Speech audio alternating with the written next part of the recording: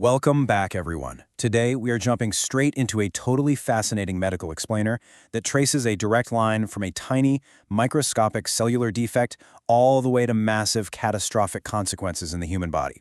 We're talking about Pompe disease. So whether you're grinding away studying for your boards, working in the ER, pediatrics, neurology, or honestly, if you're just a focused learner who loves geeking out over the intricate mechanics of the human body, this explainer is built specifically for you. Let's get right into it.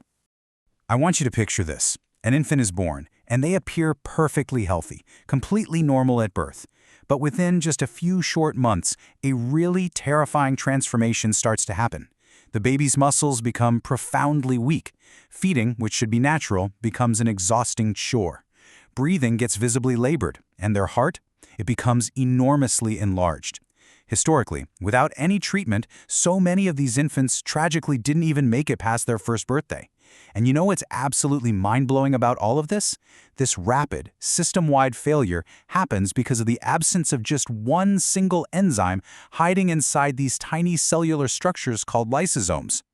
To figure out exactly how things go so wrong, here's our roadmap for today. We'll start with the missing enzyme, look at the cellular domino effect, compare the two clinical timelines, dive into diagnosis and treatment, and wrap up with our key takeaways. All right, part 1, the missing enzyme. Let's zoom all the way in. Now, Pompe disease kind of has an identity crisis in textbooks. It goes by a few different names, and tying them all together is super important. Fundamentally, it's a lysosomal storage disorder, but you'll also hear it called glycogen storage disease type 2, or acid maltase deficiency. All of these names are pointing to the exact same problem, a severe deficiency in the enzyme acid alpha-glucosidase. And here's the kicker. Unlike other glycogen storage diseases that mostly just mess with your blood sugar, Pompe disease specifically targets your muscle tissues. We're talking skeletal muscle, cardiac muscle, and the muscles that physically control your breathing. So how does this actually happen? Well, it all comes down to genetics.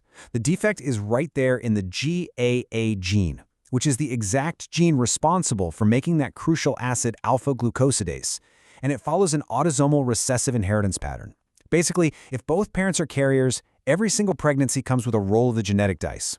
There's a 25% chance the child will be totally unaffected, a 50% chance they'll be a carrier just like their parents, and a 25% chance they'll actually be affected by Pompe disease because they inherited 2 defective copies of that gene. And getting those 2 defective copies, that sets off a massive chain reaction. Let's look at part 2, the cellular domino effect. Okay, to really grasp the disease, we've got to establish what a healthy baseline looks like. Normally, our bodies break down stored glycogen through 2 different pathways. Now, the cytoplasmic pathway actually works perfectly fine in Pompe disease. It's the lysosome pathway that's the issue. Think of the lysosome as your cell's dedicated recycling center. In a healthy scenario, glycogen enters the lysosome, our star enzyme, acid maltase, gets right to work, breaks it down normally, and pops out free glucose to fuel the body. It's a clean, super efficient engine. But let's look at what happens when things go wrong. With that defective or just entirely missing enzyme, the glycogen literally has nowhere to go. It just keeps pouring into the lysosomes and piling up. This triggers a total pathological domino effect. You get massive glycogen accumulation, which physically balloons the lysosomes. These swollen lysosomes start crushing everything around them. They compress other organelles, they mess up protein synthesis, mitochondrial function, calcium balance, until eventually they just pop. They literally rupture, spilling toxic garbage all over the inside of the cell, which destroys the muscle fibers, causes fibrosis, and leads to this relentless, progressive muscle weakness. So, we've seen the micro-destruction. Let's zoom out to the macro level for part 3, 2 clinical timelines. The thing about Pompe disease is that it doesn't look the exact same in every single patient. It basically branches off into 2 major forms. On one side, we've got infantile onset. This is the most brutal, severe form. Symptoms start showing up within the very first few months of life. It progresses incredibly fast, heavily destroying both the heart and the skeletal muscles. And let's be real, without treatment, this form is almost always fatal due to cardiorespiratory failure. Now, on the flip side, we have late-onset Pompe disease. This one can actually sneak up in childhood, adolescence, or even well into adulthood.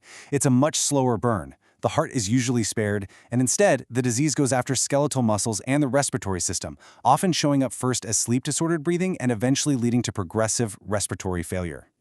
Let's break those clinical signs down a bit further, system by system. Musculoskeletally, you're going to see hypotonia, which gives you that classic, tragic, floppy infant presentation. You'll see delayed milestones and the Gower sign, where a patient literally has to use their hands to walk up their own legs just to stand up. In the heart, specifically for those infants, we're talking massive cardiomegaly and hypertrophic cardiomyopathy. Respiratory-wise, a super weak diaphragm leading to sleep apnea, recurrent chest infections, and orthopnea. And you definitely can't forget the other hallmark physical findings, like macroglossia, an enlarged tongue, along with extreme fatigue and major difficulty swallowing.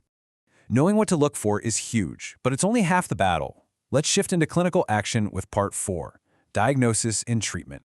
All right, the absolute most crucial point here is knowing exactly how to confirm your clinical suspicions. If you are heading into the medical field, memorize this gold standard diagnostic path. It's a two-pronged attack. First, an enzyme assay to physically measure how sluggish or non-existent the acid alpha-glucosidase activity is. You can usually do this with a dried blood spot, leukocytes, or fibroblasts. But you don't stop there. You pair that with genetic confirmation to nail down the exact GA mutations. You really need both of these to definitively lock in that Pompe diagnosis. But hey, before you even order those gold standard tests, you're usually building your case with some other major diagnostic clues. Routine lab tests will show mildly elevated creatine kinase, plus elevated AST, ALT, and LDH because of all that muscle breakdown. If you run an ECG, especially on an infant, you're going to spot a notoriously short PR interval alongside these massive QRS complexes that scream severe ventricular hypertrophy. And if you happen to do a muscle biopsy, the absolute classic finding is past positive glycogen accumulation just sitting there inside huge vacuoles and blown-out lysosomes. It's like all these perfect puzzle pieces coming together to point right at Pompe disease. Now, decades ago, putting those puzzle pieces together was basically a death sentence for infants. But today, we have a truly revolutionary treatment. The absolute game changer is intravenous enzyme replacement therapy, or ERT. We can actually give patients recombinant human acid alpha-glucosidase directly into their bloodstream. But timing is everything. Catching this early is incredibly vital because ERT can drastically improve survival, shrink that enlarged heart, and actually boost motor development. But, and this is a big but, once those muscle fibers are fully destroyed and replaced by scar tissue, that damage is locked in. It's irreversible. That is exactly why ERT has to be backed up by a full-team approach, aggressive respiratory care, physical therapy to fight off contractures, and really strong nutritional support to help with those feeding issues. We have covered a ton of ground: the genetics, the pathways, the symptoms, and the life-saving treatments. Let's bring it all home in Part 5, Key Takeaways. If you remember absolutely nothing else from this explainer, if you just want to ace your exams or sharpen your clinical eye, lock this phenomenal Pompe mnemonic into your brain. Let's walk it out. P is for progressive proximal weakness. O is for organellar, specifically lysosomal glycogen accumulation. M stands for macroglossia and muscle disease. The second P is for pump failure, pointing straight at that massive infantile cardiomyopathy. And E is for enzyme deficiency, acid alpha-glucosidase to be exact. Burn that into your memory, and you've got the whole disease profile right in your pocket. I want to leave you with a thought to chew on. How does replacing just one single missing enzyme teach us the incredible importance of early clinical recognition? Seriously, Pompe disease is the ultimate reminder of just how fragile human biology really is. One microscopic typo, one missing enzyme, and the entire muscular and cardiovascular system collapses. But at the same time, it highlights the absolutely breathtaking power of modern medicine. By catching those early signs, the floppy baby, the enlarged heart, the struggles to breathe, we can jump in with targeted enzyme therapy before the damage is set in stone. We can literally change the trajectory of a human life from certain tragedy to profound hope. Keep learning, keep asking the big questions, and I will catch you in the next explainer.